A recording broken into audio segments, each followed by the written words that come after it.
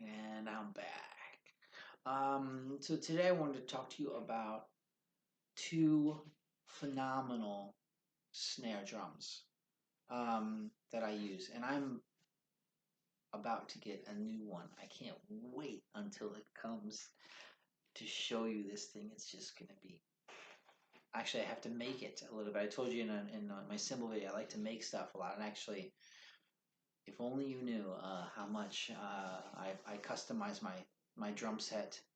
I have an old Janista drum set, actually, that I bought with my own money when I was like cutting grass.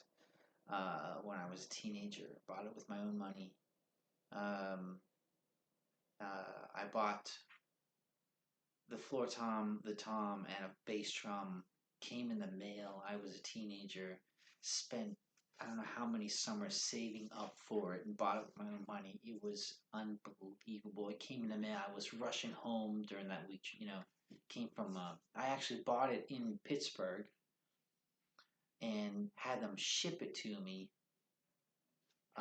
in Virginia where I was living growing up. It was an awesome drum set. It is an awesome drum set. I still have it. It's been over the Atlantic Ocean maybe 4 times. Um, um, and I've customized it. I know you're like, no, breaks my heart. You customized a Janista, like it's the hardcore Janista 1 Janista kit. It's from the 90s. Yes, I did. I stripped down the green lacquer. I know you're like, why did you? Yes, I did. I stripped it down. And I was never going to get rid of it anyway. And I'm just such a handy kind of person that when I get bored, I'll do something like that. So I changed it twice, if you can possibly imagine that. And I customized it twice. And this final version that I have of it is just unbelievable. I'll show it to you another day. Anyway, talking about snare drums. There's two snare drums that I absolutely love to use all the time. I have a piccolo, Ludwig stop sign badge drum. That's awesome. It's really, really powerful and potent. Um, piccolos have the shallow depth to them, so when you hit the head, it seems to explode the snare drum much faster than a deeper drum. Um, they have a crack on them. All of them have had I used to have a 14-inch pearl piccolo drum in the late 90s, early 90s, late 90s.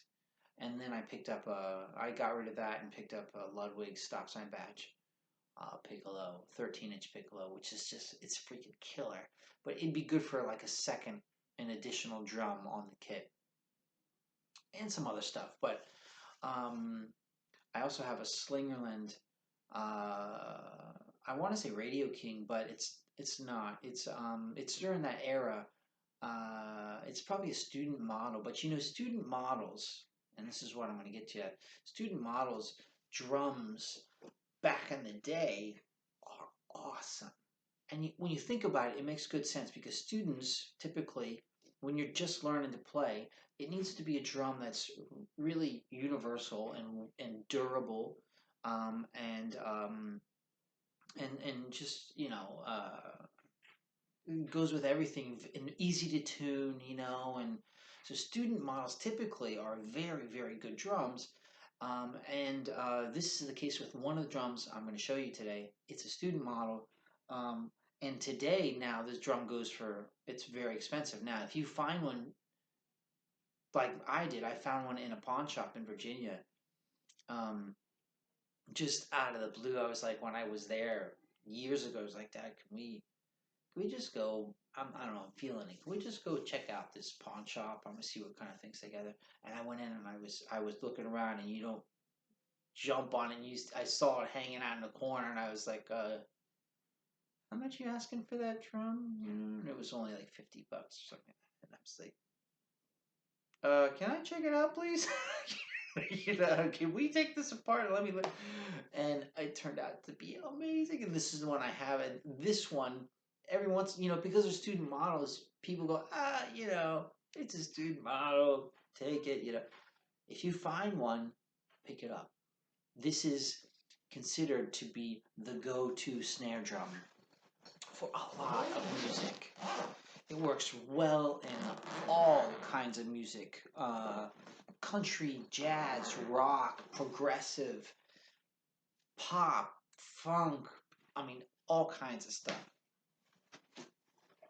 Ta-da! This is Acrolite, right?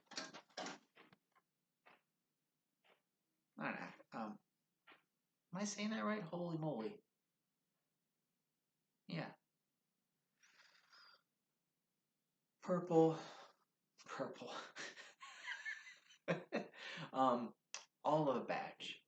Olive badge. This drum is freaking amazing.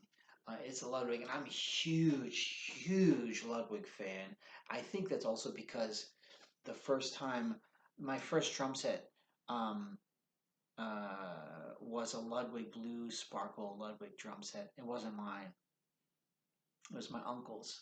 My uncle used to play a little bit, Uncle Joey, and and and so uh, we took it, and that was the first one I used to play, and so that's my memory of drums.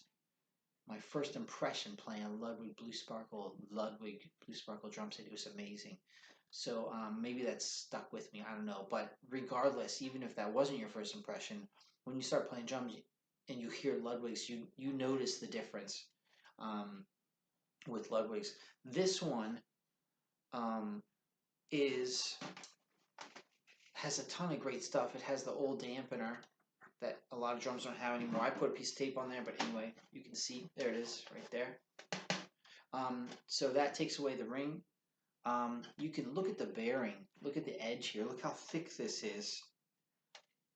Right now it wraps around the head. The shell wraps inward. Right, but there's a lot of metal right there, and usually there's not that much metal. I'm pretty sure that contributes to the sound. Generally speaking, the beefier this part is right there, the beefier the sound will be, the more the head on the bottom touches the rim here, the beefier it is. If the angle is not is more relaxed, so it's actually comes up, right? If you can see, instead of having the angle, let's say like this, and the head like this, if it's up more like that, so it's actually touching more, right? As opposed to this, touching more, it's going to be beefier. The sound is going to be beefier. And this is kind of the case with this one, but that's not what is so great about this drum. It's because, plus it's just I guess the idiosyncrasies with the dimensions. There must be like a major, I don't know, a special. They got lucky with the dimensions and the size and the way it's constructed, but it's in the weights of the tuning lugs and everything. But it's an aluminum drum, and aluminum drums, aluminum has a very matte, very not dry, but I guess you could call it that. It has a very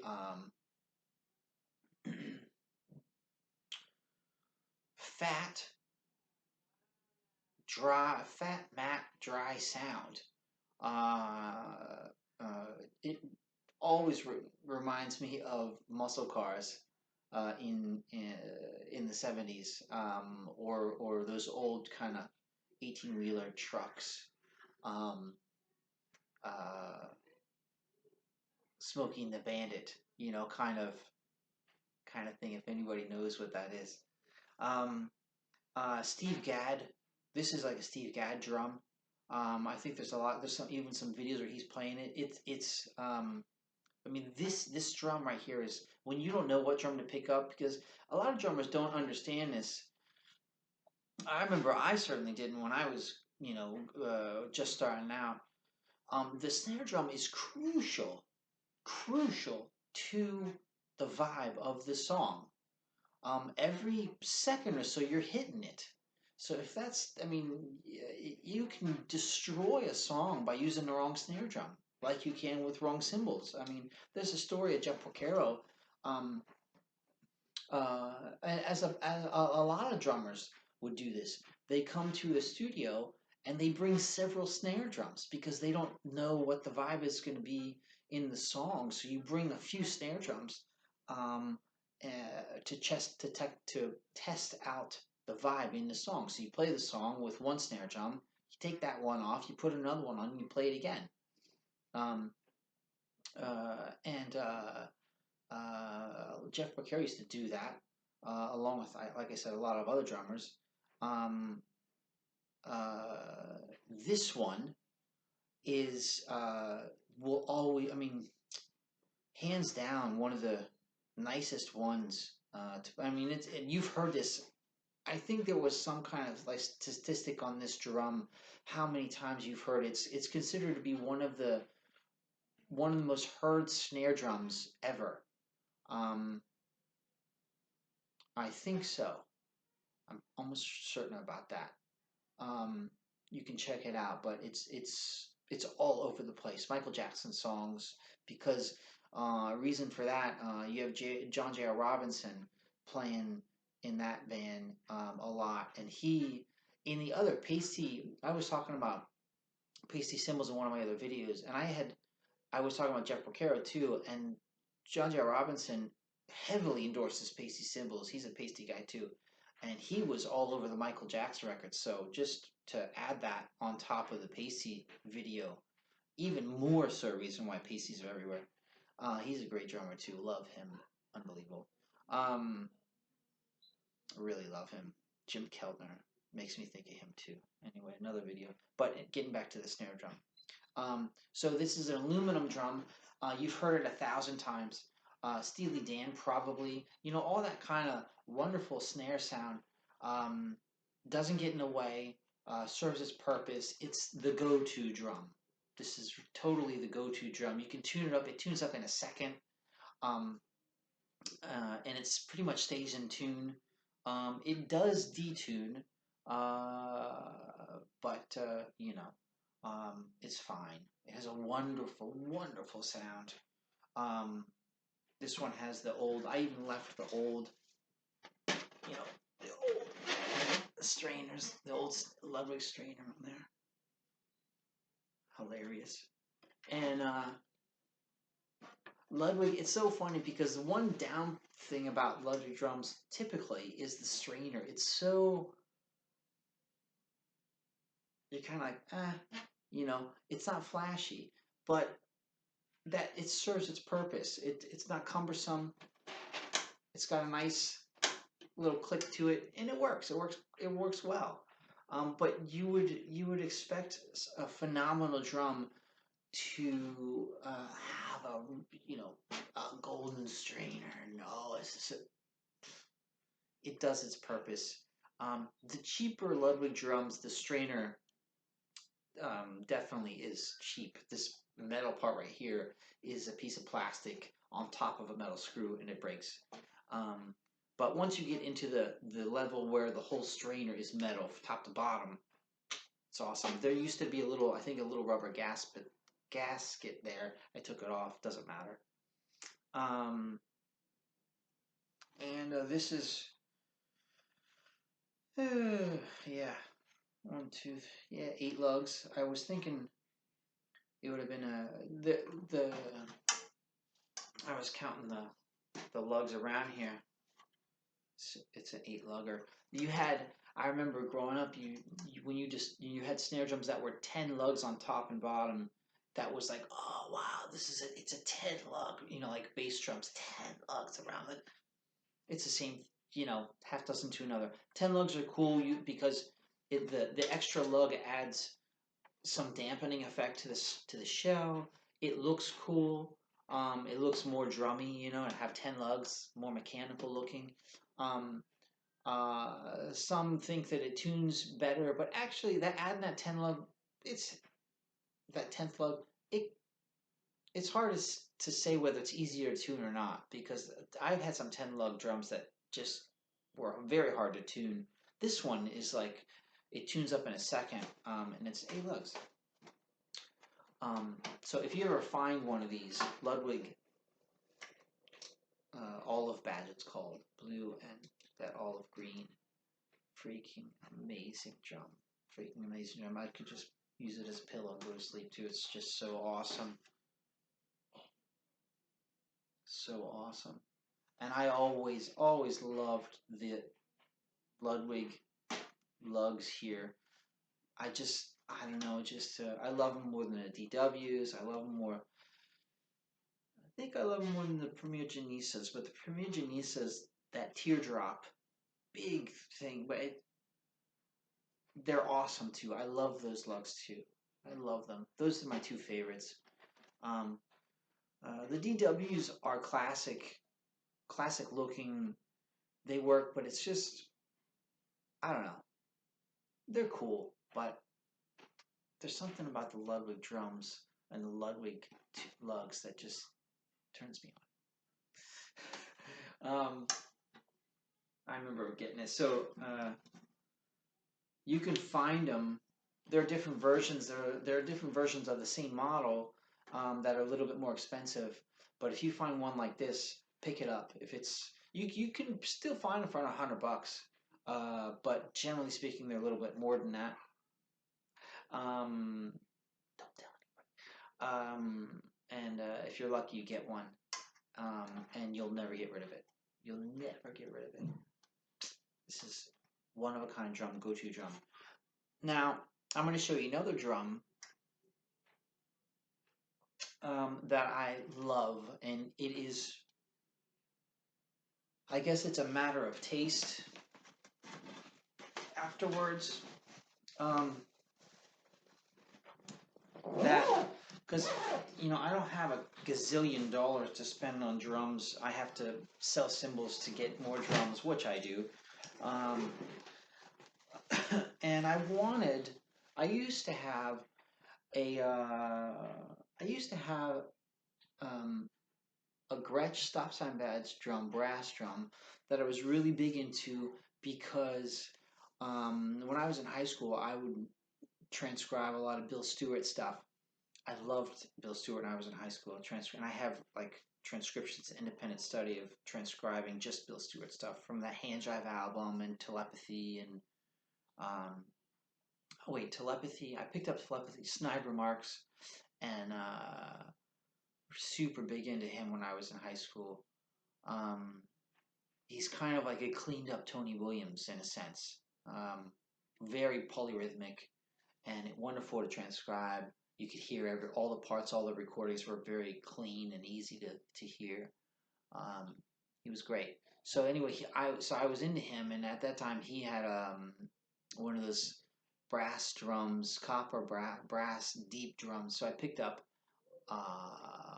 inspired by that, a Gretsch stop sign badge, 80s deep snare drum, and it was amazing. It was really good. And I kind of hit myself for letting it go in college, but it was really heavy. That brass drum, those drums are super heavy, and I was just tired of carrying it around all over the place. But I should have kept it. But anyway, it's the way it goes. I know who I sold it to. I forget his name, but he was in love with it when he saw it. He was like, "You want to sell this?" I was like, "Yeah, you know, there's nothing wrong with it. It had a wonderful throw off kind of thing, and but yeah, die cast hoops. It was so heavy though, like a tank. But anyway, so after that, that was kind of like my only experience with deep drums, and I really wanted to get a deep drum. After I was playing this Ludwig one, and I really wanted to get a deep drum, but I didn't want to spend, you know, everything. I didn't want to spend to get a deep drum, but I wanted it to be good. And there's a lot of like they call it brass over, what is that? Chrome over brass cob drums. And I wanted to get one of those, and those because the brass thing has a wonderful warm sound to it, and it is considered to be like the kind of drum to have. Um, those cob drums sound amazing. They really, really sound great. I don't know if a Black Beauty, Ludwig Black Beauty is like that, but I know that Ludwig's made those kind of drums, those cob drums, and they're just phenomenal. Those are the ones to really, really get if you get your hands on one of those cob drums, chrome over brass. Um, it's phenomenal. Um, I didn't have enough to get one of those, so I was searching around and I discovered um, a drum. I discovered my love, and check this. It's called Worldmax. Worldmax drum, and this one is amazing. I put tape on the bottom here. Little trick you can do. So you can still use brushes on the top, but you got to know what you're doing with the tape because once it's there, you can't take it off. This one is amazing. Look how deep the lugs are. I even forget. It's 14 by 6.5 or 7. It's definitely not 5.5. 6.5 or 7. Deep drum. And this one sounds so amazing. It goes with everything. Worldmax. Now, Worldmax, what's the deal with Worldmax? Worldmax makes other drums with this kind of like tube lugging style, old like Noble and Cooley kind of tube lugs around there. I like this kind of lug. What's cool is it is reminiscent of, and I'll show why, of Ludwig's, right? This thing. And what's cool about this is instead of having this lug follow the shell, see, right? It actually is like a bridge over top of this. So it contributes, not having it touch the shell, obviously doesn't choke it. Not to say that if it was touching it, it would sound bad, but I bet it absolutely, and all of them are like that. So you can see as I go around, none of them touch the center. And this is heavy duty metal here. The rims triple flange, but they're good. They're really like quality rims. They're not the flimsy ones, entry level ones. The strainer on this Worldmax, the butt end here, is a super duper one, right? It's not that flimsy stuff that breaks. The throw off is very reminiscent of Ludwig.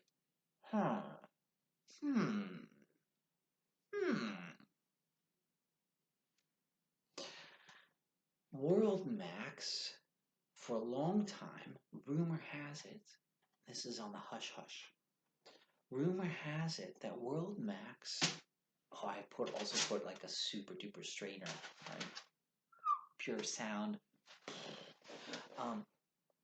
Worldmax, rumor has it, was supplying drums for Ludwig for a long time from Taiwan or something. It's always hilarious to me because I remember American drums, the best drum, but so many of those companies were being supplied by their factories were not even in America. Ludwig, Pearl, Yamaha, Tama, Sonar's not even obvious. They don't even hide that. But it's just like, give me a break, guys. And regardless, but it's just like the arrogance of saying, of that nationalism crap I can't stand. And obviously, you should expect that from me because I'm an expat.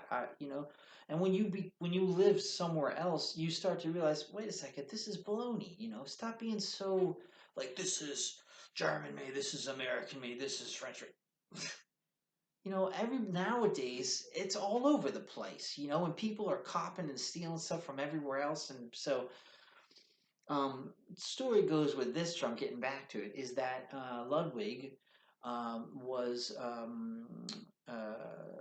supplied by the company that was making Worldmax, and Worldmax drums. When I got this drum, it was delivered in a Ludwig box. So Worldmax since then has become like super expensive, like $400, $500, $600 for a drum. I got this, I think, before that kind of happened. Maybe it was right on the cusp of happening before people. And since then, I think Worldmax just ended up pushing their own drum out there, saying, "Hey, we're Worldmax," and now they're like I said, they're hundreds and hundreds of dollars. I got this one. I lucked out. I got it as a floor model, and I'm so happy with it. This one. I'm gonna write my name on it. That's it. Done. I'm never getting rid of this thing. This thing is amazing. I take it to my lessons. I go through all the styles you can possibly imagine with this thing. I never have to deal with it. And every once in a while, I'm like, let me bring back that Ludwig drum, see how it hangs. And it's a great recording drum. It is a great drum, but there's a vibe to it now that I recognize between this one and that one. And maybe if I was playing something, I mean, it is a deep drum, so it's definitely more. It has a bottom into it, but I like that. Not too much, but I like that a lot. And when you know how to tune them up, it can be just phenomenal. And for some reason, like my drums, my Premier Janista drums, I always have the feeling of like hearing cinnamon. I know that sounds crazy, but I play it and it makes me. I I don't know what it is. I hear cinnamon. If that's possible, you can hear an like a spice. I don't know, but my drums are like that too. Cinnamon. I don't know why. It has this gritty. Maybe that it's like a fine grit. Ludwigs are fat, and there's a lot of fat. It's like a saucisson in French. You can feel the gras, which is the fat. There's a wonderful French commercial that says, "Fat is love." I love it. Le gras c'est l'amour, or l'amour c'est le gras, something like that. Nisina is saucisson. That reminds me of the Ludwig drum. There's a lot of fatness to it. It's fatty drum. This one is powerhouse, and there is the fatness to it, but it's like a classy fatness. It's hands down unbelievable. Unbelievable. Worldmax, if you ever get it. Now, one of the things that people criticize Worldmax for is their badge. Just like Ludwig's, they criticize Ludwig's for their strainer, right? Kind of mediocre strainer. Worldmax gets it on the badges. They just are like, and then um, it's okay, it doesn't change the sound, and regardless, the sound is amazing, so I'm happy with it. And this one, Worldmax drums. This is even the badge, right? Worldmax, made by Remo in Taiwan, right? So, look, you can even. Oh my lord! During this confinement, I'm like, it's just. I don't know how you're hearing it, but it sounds amazing to my ear right now. Freaking love this drum. This one, incidentally, I just saw the lugs. Right, this one is a 10 lugger, and you can see there's a 10 lugger here, right? So it pretty much stays in tune. Look at that. It's been in this bag since the confinement. I took it out maybe once or twice to look at it, but it's held up. It stayed in tune, right? It does detune though. After a whole day of lessons, I will notice a few of my lugs have detuned, but we're talking like hours of playing. 6, 7 hours. It'll detune, and you just crank it up, and that's it. Now notice, I want to show you before we go here. I want to show you. See the bearing edge there? See this? Remember the Ludwig Acrolite? I keep saying Acrolite. I hope I'm not messing it up. Anyway, the Ludwig, it's not as beefy, right? That's why I pointed that out, because the Ludwig, it was really like that much. Anyway, it was like that much. This one is, it's not half. It might be a little less than, a little more than half. It's even funny, right down to, there's a little, not a washer, but inside there you have the screw, right? You have, inside there there's a screw and a washer, and it screws into the lugs here on the other end. Well, even that washer is beefy like you have in Ludwig drums. It's hilarious. It's such... If you took that badge off and put Ludwig, you'd probably trick a lot of people in thinking that it was a Ludwig drum. And I've even, from afar, you think it's a Black Beauty, this thing. Even close by, you think it's a Black Beauty. What am I saying? And I've even saw conversations on the net about people saying, "Hey man, what is that drum? Sounds like you got a Black Beauty back there." And they go, "No, it's a Worldmax." Such is the world. So if you get your hands on one of these Worldmax drums, they'll blow your mind. I mean, to each his own. We all have our own tastes and stuff. And this one, I'd be hard pressed to let it go. This one serves its purpose. And now between the two here, and I got, like I said, with the Vista Light, I am getting one more, and I'll put another video up, and I'll show you what that is and why. But anyway, that's to come. So more news, more videos soon. Happy drumming. Go check out your Worldmax and the Ludwig's Acrolites. And best stuff to you. Ciao.